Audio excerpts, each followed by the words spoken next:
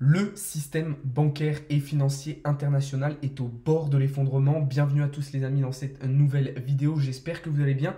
Aujourd'hui, on va parler de la situation extrêmement compliquée dans laquelle sont à la fois la banque suisse mais aussi la banque allemande. Alors aujourd'hui, on va se focus principalement sur la banque suisse qui est un petit peu le cœur du problème et essayer de comprendre qu'est-ce qui se passe et quelles vont être malheureusement les conséquences dramatiques sur l'ensemble de l'économie internationale. Juste avant de commencer, comme d'habitude, je vous invite à vous abonner à la chaîne YouTube si ce n'est pas déjà fait, à lâcher un petit like si la vidéo vous aura plu et surtout à rejoindre le serveur Discord, vous avez le lien dans la description.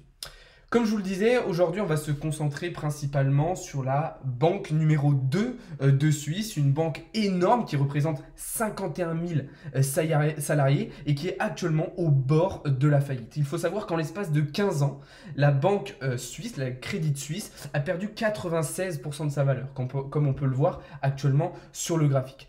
Le problème, c'est que ce Crédit Suisse n'est pas seulement, et on y reviendra plus tard, une banque suisse. Elle fait partie des 9 bulge brackets qui en fait sont des banques essentielles à la stabilité du système financier mondial.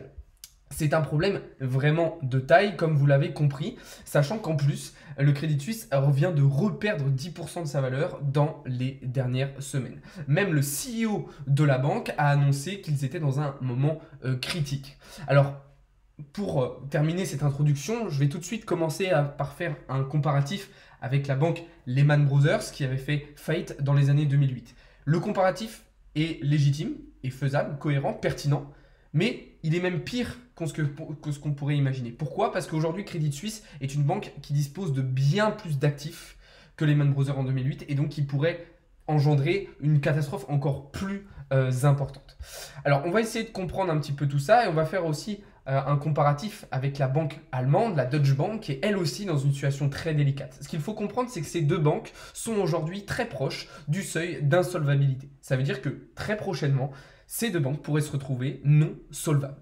Ça serait un problème évidemment extraordinaire pour les économies allemandes et suisses et ça aurait un impact premièrement dans toute l'Union européenne et plus tard probablement un petit peu dans toute l'économie internationale. Alors d'où vient ce vent de panique? Parce que c'est vrai que c'est quelque chose dont on n'avait pas forcément trop entendu parler jusqu'à maintenant. Alors on savait que l'économie allemande était un petit peu en difficulté, mais on n'avait pas connaissance de tout ça.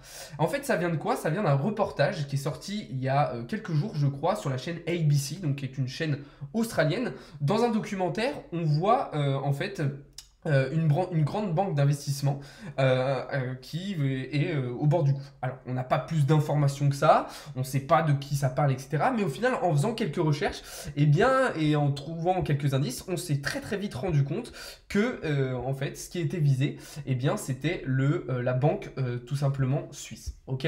Alors, qu'est-ce qui est en train de se passer et qu'est-ce qui nous a permis de découvrir ça? C'est en fait les coûts des crédits suisses, ok, qui ont atteint des prix plus haut, des niveaux plus hauts que ce qu'on pouvait avoir en 2008.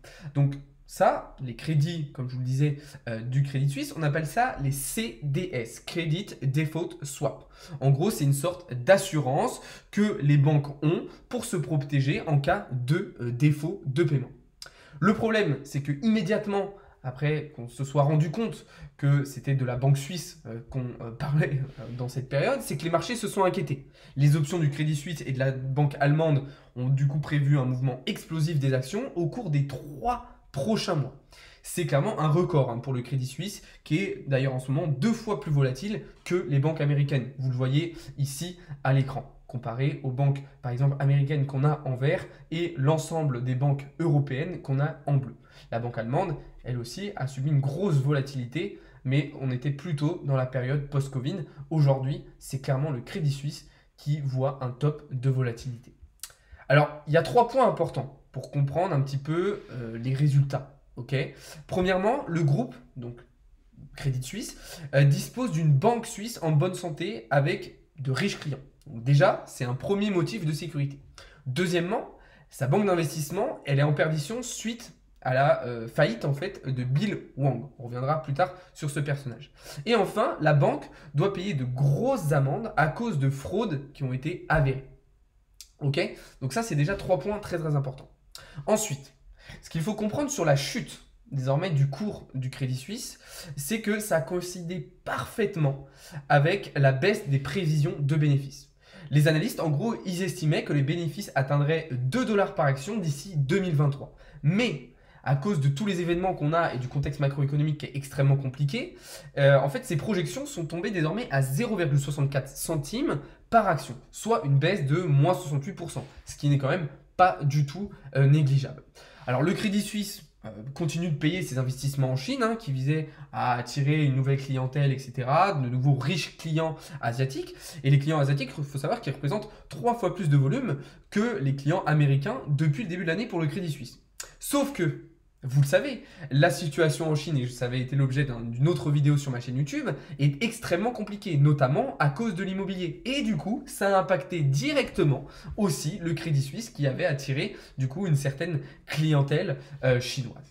Alors, on n'est pas au bout de nos malheurs, puisque pour ne rien arranger, le Crédit Suisse est empêtré dans des problèmes juridiques à gauche, à droite, qui lui ont coûté énormément, puisque ça leur a coûté, je crois, à peu près 1 milliard de dollars juste sur l'année 2022. Alors, je vous laisse imaginer sur les précédentes années. Et on a même le Premier ministre géorgien, par exemple, qui a accusé la banque de pratiques malhonnêtes. Donc, il y a quand même pas mal de zones d'ombre et de points un petit peu compliqués. Alors, maintenant, qu'est-ce qui va se passer? Est-ce qu'on va assister du coup à un écroulement total du Crédit Suisse et donc potentiellement de l'économie suisse dans les prochaines semaines ou dans les prochains mois? Faut savoir qu'un écroulement et un effondrement du Crédit Suisse entraînerait une catastrophe assez importante, au moins en Europe et voire même dans le monde. Parce que, encore une fois, je vous l'ai dit tout à l'heure, la banque suisse fait partie des 9 bulge brackets. Alors qu'est-ce que c'est? Je vous avais dit que j'y reviendrai sur ce point des bulge brackets.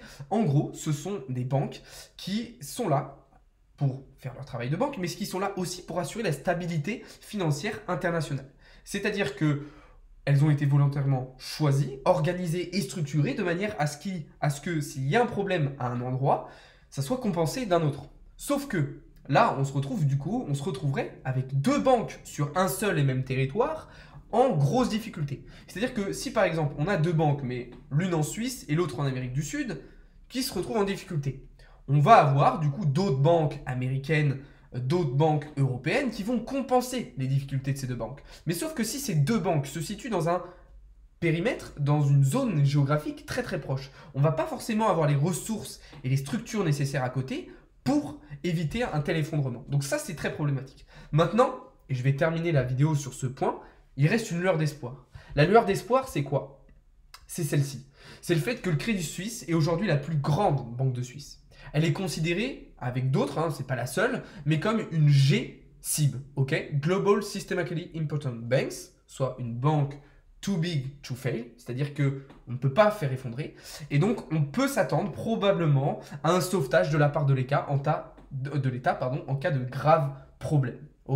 C'est-à-dire que ça serait beaucoup trop catastrophique de laisser tomber le Crédit Suisse et donc on va probablement observer une intervention de l'État pour faire un sauvetage. Sinon, ça serait quelque chose d'irréversible, si je puis dire. Alors, je vais faire un petit comparatif avec la situation en France.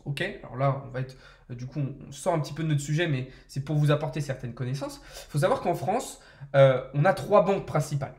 On a Crédit Agricole, Crédit Mutuel et je crois que c'est la Société Générale, il me semble. Les banques françaises, ouais c'est ça, Société Générale, Crédit Agricole, voilà, exactement. Donc on a ces trois principales banques. Elles sont extrêmement liées. Il faut savoir que si l'une des 3 était amenée à faire faillite, les 3 probablement feraient faillite sans intervention de l'État. Donc ça voilà, c'était un petit point que je voulais vous faire, qui est selon moi très important. Donc voilà, maintenant qu'est-ce qui va se passer? Il est encore trop tôt pour le savoir exactement. On n'est pas sûr non plus d'une intervention de l'État.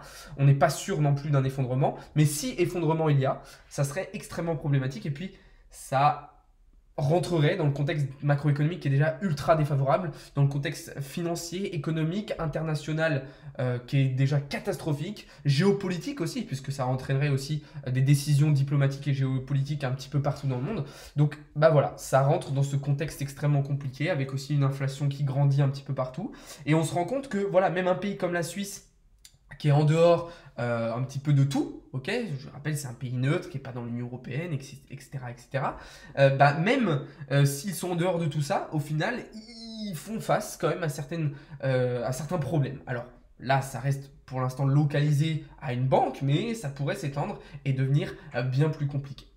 Voilà un petit peu ce que je pouvais dire aujourd'hui. J'espère que cette vidéo vous aura plu. Alors, c'était évidemment une explication non exhaustive. J'ai essayé de simplifier, de ne pas rentrer trop dans les détails et vous de faire quelque chose de relativement simpliste pour que vous compreniez la situation. Je vous invite aussi à aller voir sur la chaîne YouTube la vidéo que je vous avais fait sur la situation extrêmement compliquée et catastrophique qu'il y a en ce moment en Chine. Alors, je ne sais plus quand est-ce que je vous avais sorti la vidéo, ça fait un petit moment maintenant. Ah voilà, c'était il y a un mois. Je vous invite aussi à aller voir cette vidéo. Il y a une autre vidéo que je vous invite à voir, cette fois-ci que j'ai sortie il y a un an, où je vous disais, ok, là vous allez voir, on va avoir les prémices du crash économique. Et au final, je ne me suis absolument pas trompé. Voilà, sur ce, merci beaucoup d'avoir regardé cette vidéo. C'était un plaisir de partager tout ça avec vous encore une fois. Comme d'habitude, n'hésitez pas à vous abonner, à lâcher un petit like et à rejoindre le serveur Discord. Merci beaucoup encore une fois. Passez à toutes et tous une très très bonne fin d'après-midi. On se retrouve très rapidement pour davantage de contenu et davantage d'analyse. Salut à tous les amis, c'était Alex de Crypto Learning.